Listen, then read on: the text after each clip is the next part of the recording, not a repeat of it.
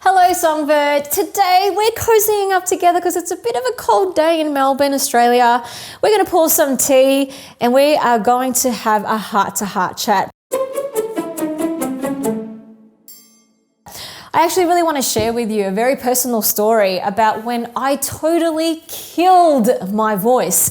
It was actually quite a traumatic experience, but I really want to share it with you because, for those of you out there who have ever gone through vocal trauma or needed to go through vocal therapy or, have suffered extreme vocal fatigue or vocal damage even and that kind of thing, it can be a really, really, really discouraging thing to happen to a singer, and so I want to share my story with you. I want to share with you the lessons that I've learned and hopefully help you and encourage you. If you are going through something like that, please do continue to hold on to hope. Know that there is definitely a way out of this, okay? It's not going to be forever. It is temporary because as you can see, I had killed my voice, but my voice has resurrected as I can use it, effectively right now. So what happened was, several years ago when I had first, ventured out into a professional career as a singer and also as a vocal coach, I landed my first professional paying gig. I couldn't believe it. I was beside myself. I thought, you can get paid to sing?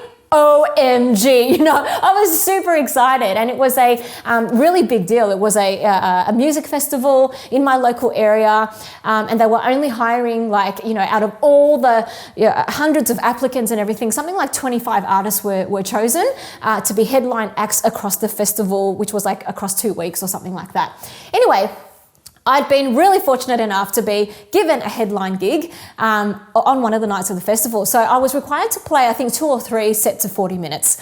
I was absolutely over the moon. And so, as diligent as I am, I went into action mode straight away, went and, hired my guitarist and we started rehearsals straight away. And here's what rehearsals looked like. In my mega enthusiasm and excitement and zeal, I actually, practiced with him pretty much every day for at least 8 hours. I'd say sometimes we would even do 10 hours every day with not much break in between and stuff like that. And we did that for quite a while. And after a while, and unfortunately, it was probably only 3 days before the gig or something, I completely lost my voice. It was dead, done. My voice was just I'm sorry, I can't take this anymore. What's this, practicing every single day for 8 to 10 hours, and it just gave way. And I was devastated because I was like, what am I going to do? I've got this gig in 3 days' time. It's too late for me to call up the organisers and say I need to cancel. What am I going to do? And through lots of anguish and stress and tears and profound disappointment in myself, I decided that I'd find a way. So what I did, and I wasn't really supposed to do this, but I ended up hiring 2 other singers to be my support acts. I wasn't supposed to do that because they hired me to sing the night, but I knew that my voice would just not be able to hold up through the night. So I basically thought, okay, I'm going to get away with this somehow. I'll still be the headline act. I'll just have 2 support acts. So I had these 2 other girls do the first 2 sets, and then I did the final set. And I tell you what, my voice was not in good shape. It barely got through that gig. And then right after that gig, it was like my voice just said to me, all right, I don't like you anymore. I'm absolutely done with you. Done, right? So of course, I was devastated. I had to go and undergo vocal therapy. It was, really a very eye-opening experience, but also in a lot of ways, just a really traumatic and discouraging experience. Not the vocal therapy itself, but just the whole experience of actually killing my voice and thinking to myself, is this it for me? I've only just started my career as a singer and as a vocal coach after having quit the corporate world to pursue my dreams. And is this the way it's going to pretty much end before it even starts? I was so devastated, you have absolutely no idea. Thankfully, the diagnosis from the ear, nose and throat specialist was there was nothing sinister for me. So there was no nodules, there was no actual really bad vocal damage.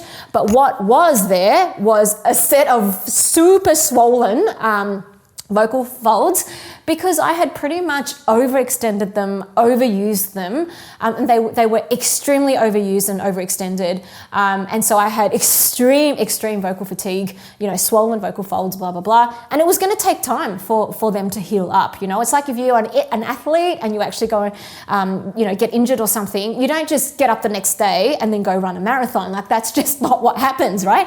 It takes sometimes days, sometimes weeks, sometimes months, sometimes years to get back into shape. And for me, it was a 3 to 6 month journey. I can't remember exactly how many months it was, but it was definitely a few months at least.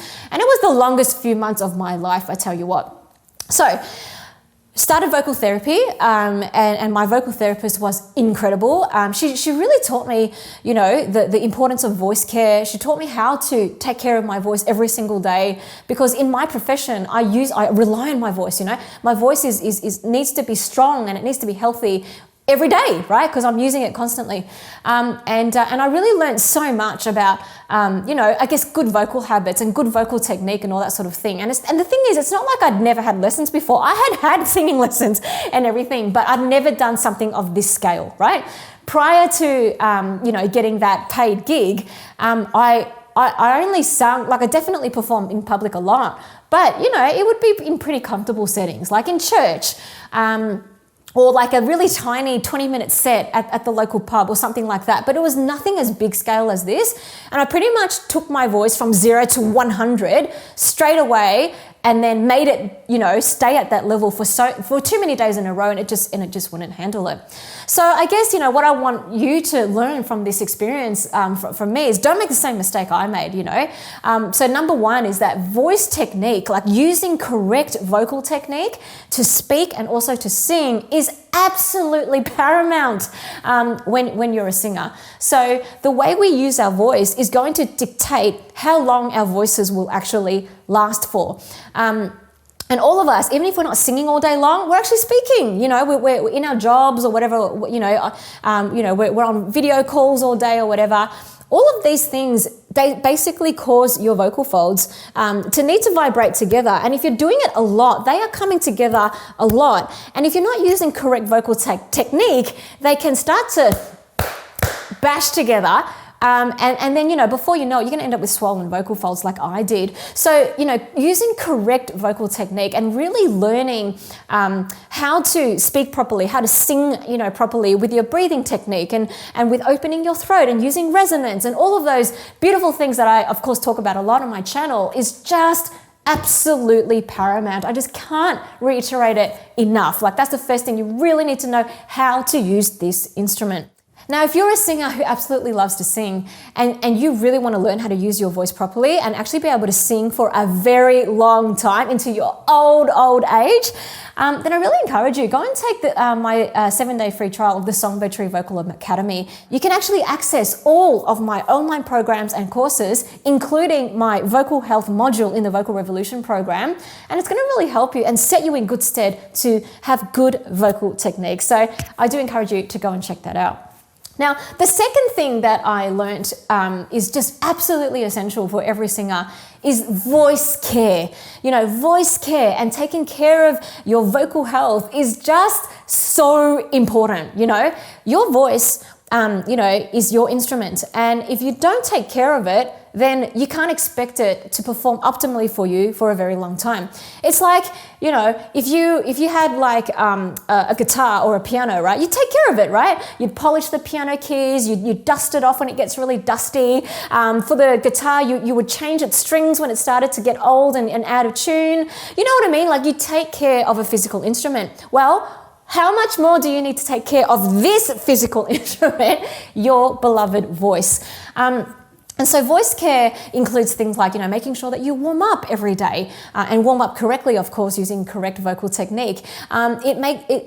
It includes things like making sure you drink enough water every day. Just have like a bottle of water with you all the time and just be sipping it. Don't wait until you're thirsty. Like, make sure you are keeping this body fully hydrated because your vocal folds need to be hydrated in order to remain moist so that they can vibrate smoothly together. Voice care involves things like, not spending your whole day screaming at a football match, or whatever. There's just so many things that are really, really paramount. Now, if you are actually suffering from, chronic, I guess, huskiness or raspiness or vocal discomfort, you need to go and get it diagnosed, okay? Don't just try and self-diagnose here, right? If your symptoms have been around for at least 2 weeks or more, go and see your GP and get a referral to an ENT. That's a ear, nose and throat doctor, where they can actually go and, have a look in your throat and see what is actually going on in your vocal folds. You want to be able to rule out anything sinister, and then get the right treatment needed. And that could be vocal therapy, could be taking some voice lessons, a myriad of things. It could be going to see a vocalist or a vocal physio, and getting vocal massage. There's so many things that could be the thing that you need, but you wouldn't know on your own. You need to go and seek professional help in that. So that is absolutely paramount. I think if I didn't go and see a vocal therapist when I had my vocal injury, I don't know how long it would have taken. It probably would have taken even longer, or maybe I would have made my condition worse. So, that's something I highly, highly, highly, just implore you to do if you are actually going through a period where you're actually experiencing some vocal trauma. Okay? All right. The third thing that, I learned in this whole process is that it is essential to stay encouraged. Like I said before, this can be a really discouraging time, and the thing is, it's actually something pretty much every singer goes through at least once. I can testify to that, because not only have I gone through it, but basically, all of my students will at some point or other experience some sort of vocal discomfort or trauma. And that's because of life, they might have been sick for a while with a cold or a flu or something like that, and that really affected their voice. Or they've been in a show where they've had to perform 8 shows a week, and they've just gotten really fatigued. There's many reasons. Sometimes it's even psychological, like, they've gone through some really, really hard things in their life, like going through grief or mourning or loss or something like that. That can also affect their voices as well. And, and each time, all of my students, and including myself, we have bounced back, by making sure that we are using correct vocal technique, and also getting and doing voice care, and making sure that we're getting the right treatment that we need, if that's what we need. But, one of the things that I want to say is that there's always hope at the end of the tunnel. You know what I mean? Like, there's always light at the end of the tunnel, is what I meant.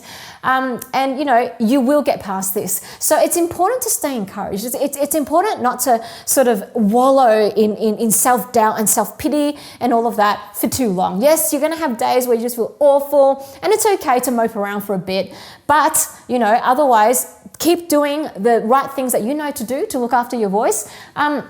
And also stay encouraged, be around positive people who are supportive of you. Make sure you get a really good vocal therapist, if that's what you're doing, who is a positive person and who will actually make you happy every time you go and see them.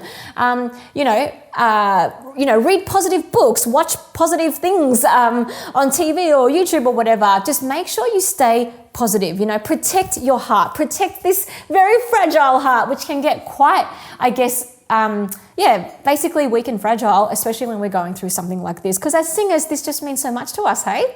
Now, if you'd like to learn more specific tips on how to take care of your voice and to maintain great vocal health, go and check out this video here. You're going to learn some great gems. And also, you can actually go and take my 7-day free trial of the Songbird Vocal Academy, and you can get access to that right away, along with all of my online programs and courses. Songbird, you know that I am always believing in you. So cannot wait to see you inside the Songbird Vocal Academy.